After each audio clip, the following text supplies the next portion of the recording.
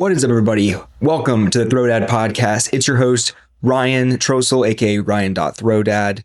Hope you're having a fantastic day. Thank you so much for tuning in. I'm super stoked for today's episode. It is a title that is very near and dear to my heart. But before we get into that, if you are watching the video version of this podcast, you might notice I'm in a little bit of a different location than most of my previous content in the last episode of this podcast. If you're listening to the audio version, just open up the Spotify app and you can see the video right there. But I'm actually moving offices in my house here just to another room in my house that has a little better natural light. And hopefully it sounds a little bit better as well, the acoustics in this room. Just it's a little more dead in here, so it should sound a little bit better. But I'm really excited to build out this space to, showcase all my yo-yos. I'm gonna have some fingerboard spots in here, all that fun hobby stuff. And that leads perfectly into what today's episode is all about, and that's the ultimate dad hobby, or the ultimate mom hobby. We do not discriminate around here. Really, the best hobby for busy people, because moms and dads are already sacrificing so much of their own time, giving to others. You have to work your job. There's just not a lot of time in the day to really give back to yourself. And I feel like staying in touch with hobbies is the best way to be creatively fulfilled and kind of fear away burnout, is by finding something that you can just do for a little bit every single day, or a community you can connect with, or just something you can look forward to in a busy, hectic life. That might be all you need in order to maintain your joy. So I have written down 5 points on why I believe that yo-yoing is the ultimate dad hobby. So without further ado, let's get into the first point, and that is that it's a minimal time commitment. Really, you don't have to yo-yo for very long. I'm in the trenches right now of the newborn phase. If I put that girl down for a nap and I only have like 5 minutes, I have a blast for 5 minutes. I can work on tricks that I've been trying to create. I can practice existing flow. You don't need a whole lot of time to enjoy the yo-yo. But then alternatively, if you have a whole evening, you can hang out with friends and do it. You can just chill for hours and yo-yo and have a blast. So it's something that you can scale to fit your schedule. You don't have to spend a countless amount of times. Like, what comes to mind is hobbies like woodworking or anything that it just takes time, like art. There's no way that you can make a full masterpiece in a couple minutes. It does require more time. And yo-yoing is just not really one of those things. And I would say most skill toys don't have a large time commitment, but I'm a big fan of yo-yoing. So we're going to talk about that today. And I just really think that that's the best way to fit whatever hobby it is into your day-to-day life. Personally, I'm the kind of person that wants to, whenever I enjoy something, I'm a very addictive personality. I want to do it all the time. And because if I only have 5 minutes that day, I can still feel like I was in touch with myself, in touch with that hobby. It kind of just makes me feel good that I am able to consistently incorporate it as a part of my life. So that's the first point here, is that it takes minimal time in order to enjoy yo-yoing. The second thing, which flows right into that, is that you can do it anytime, anywhere. Again, it's so small and easy to carry with you. You can carry it in your backpack, your pocket. We have awesome holsters that we put them on our belts and bags. It's just so convenient to take anywhere. And that just works right in line with that. You don't need a lot of time. It can be you're waiting at the airport. I've yo-yoed at airports and train stations and anywhere. I feel like, man, I just want to kill time. You're no longer bored anymore because you can take it anywhere with you. Now, when it comes to being a dad, most times you don't have a lot of just free time at the house. So for me, recently, if I have some dead time at work, for my day job, I'm a personal trainer. Someone cancels a session and I already worked out for the day, I'm going to yo-yo. I'm in our break room having a session, learning new tricks, taking advantage of that time to do the thing that I love. And really, even though I'm in a phase of life where free time is not abundant, I feel like I'm yo-yoing a pretty good amount. I don't feel like I'm losing any skill. I'm still having a whole lot of fun with the time that I have at work. If the wife takes the daughter out for something for like 15 minutes to the grocery store, I make use of that time and I can bring it anywhere with me. So that's number 2. Anytime, anywhere, you can enjoy yo-yoing. The third thing is consistent progress or progression at any level. Now, this is huge to help you stick with a hobby. So, obviously, the most amount of resistance is up front. When with anything, when you're learning, it's harder at first, right? But you can feel like you're making progress literally at any level.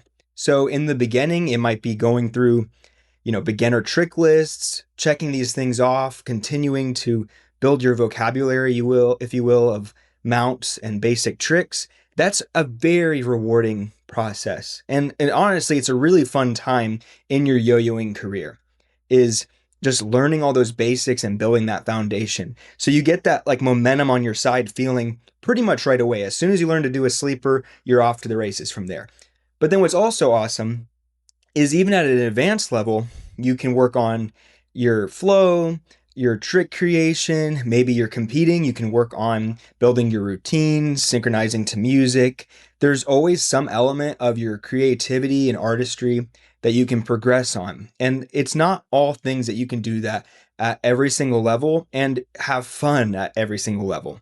For me, I think when I was younger and I was in guitar lessons, in the beginning, just practicing your scales for hours and hours on end was not very fun, was not very rewarding. And yo-yoing doesn't really have that like really, really, really boring phase. Like it's an instant gratification type thing. As soon as you do a sleeper and pull up the yo-yo back to your hand, you already have like that little win, and it continues at literally any level. And I think that's something that's it's easy to stay motivated because you're going to hit ruts in any hobby. You're maybe not going to enjoy it as much from time to time, but if you can continue to progress, that's how you're going to stick with something for the long haul. So that's number 3, consistent progression at any level. Number 4, I kind of alluded to this. It's creatively fulfilling. Yo-yoing is an art form. It's a performance art. It's a skill toy and a performance art. And what that means is on the skill toy side, it's just something that's fun to do. But then you can take it a step further, which does start to happen more at an advanced level, and you can develop your own style and artistry with the trick creation, how you tack tricks together. Everyone has a unique flow. Maybe if you compete, your music choice is an extension of that creativity. And back to that woodworking analogy, I know some amazing woodworkers. And again, it takes a great deal of time to make these pieces. And by the time they're done, they've already invested hundreds of hours and they're good at what they do and they find fulfillment in that. But it takes a lot of time to hit that level of feeling fulfilled. Where yo-yoing can pretty much, as soon as you can start tacking tricks together in a unique order, the creativity starts. And you can even create tricks every single day. You can push yourself to mess around with new mounts and just continue to evolve as an artist with yo-yoing. And whenever something's creatively fulfilling, that means it has infinite possibilities.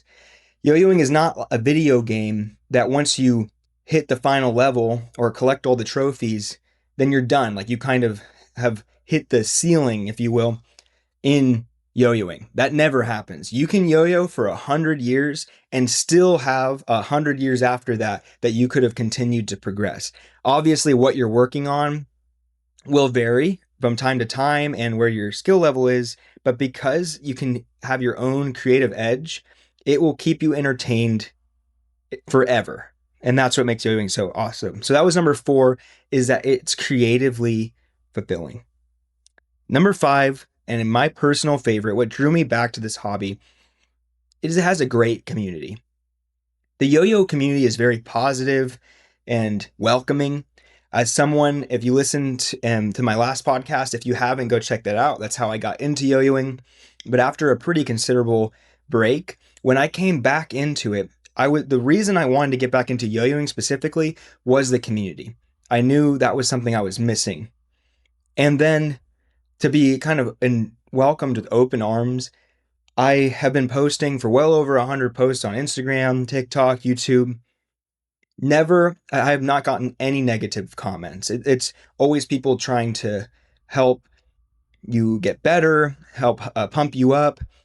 And I see all the time on Instagram an absolute beginner, like this is their first yo-yo they've ever had, practicing sleeper, and the comments are just so nice, like encouraging the person to get better. And I think it's something that is similar to like the skateboarding community to an extent, is that we embrace new people to the hobby. We're not trying to keep it a secret.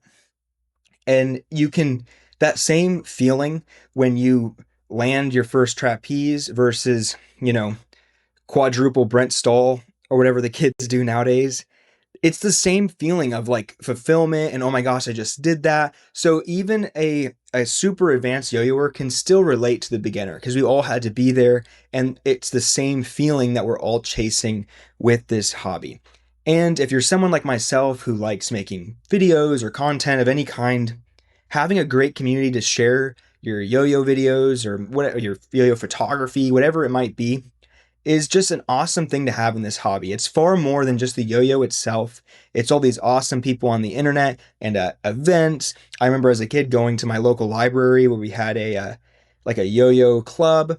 We had the Texas State Yo-Yo contest. It was so much fun to link with other people who enjoy the same thing as you.